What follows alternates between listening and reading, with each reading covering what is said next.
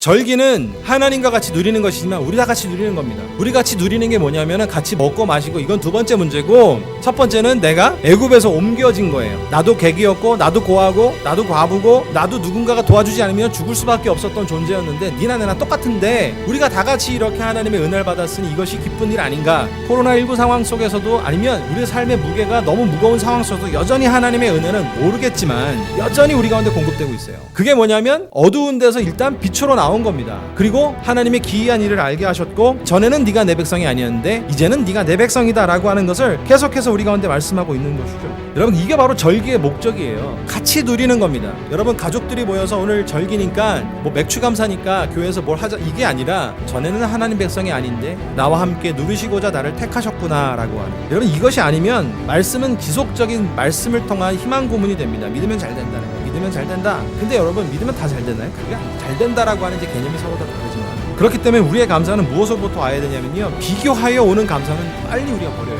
여러분, 비교하는 감사는 매우 제한적이고 매우 상대적입니다. 비교하여서 얻는 위로 차원의 감사는 상대적입니다. 언제든지 바뀌면 바뀝니다. 잘못된 건 아니죠. 그러나 변한다는 건 우리가 분명히 알고 있어야 하는 거죠. 하나님께서는 우리 가운데 절대 감사가 무엇인지를 절기를 통해 말씀하셔서, 너희가 애굽에 있었던 백성인데 너희를 어두운 데서 꺼내서 이 기이한 빛에 들어오겐 너희가 내 백성이 되었다라고 하는 것이 절기의 근본적 목표입니다. 여러분, 지금 상반기 사셨잖아요. 쉽지 않은 시간들을 보내오셨습니다. 그런데도 불구하고 여전히 그 빛은 끊이지 않고 있고 우리 가운데 은혜는 공급되고 있어요. 가변적 은혜가 아니에요. 상대적 은혜가 아니에요. 절대적 은혜를 통해서 우리로 하여금 예수 그리스도를 알게 하시고 그분 자녀가 되어서 영원토록 변하지 않는 그 말씀에 거하게 하시사 그 기이한 빛에 들어가게 하시고, 이제는 너희가 나의 백성이다 라고 말씀하시는 그 은혜가 우리로 하여금 상대적 감사가 아닌 절대 감사에 머무르게 한다는 것이죠. 주님이 우리를 향한 마음이 절대로 변하지 않는 하나님과의 관계를 유지하여 절기를 통해 계속해서 하나님의 이름을 우리 가운데 두시려고 한다는 것, 이것이 절대 감사인 것입니다. 무거운 삶을 살아가는 이 시간 속에 나와 하나님이 아버지 되는 그 관계 속에서 그 아들 대신 예수 그리스도를 주셔서 그 구원의 이름으로 우리가 찬양하고, 그 구원의 이름을 우리 입 바깥으로 내서 기이한 빛을 전하고, 예수 그리스도의 삶이 우리의 능력됩니다라고 하는 고백하는 그 자녀들에게 너는 내 백성이다 라고 말씀하시면서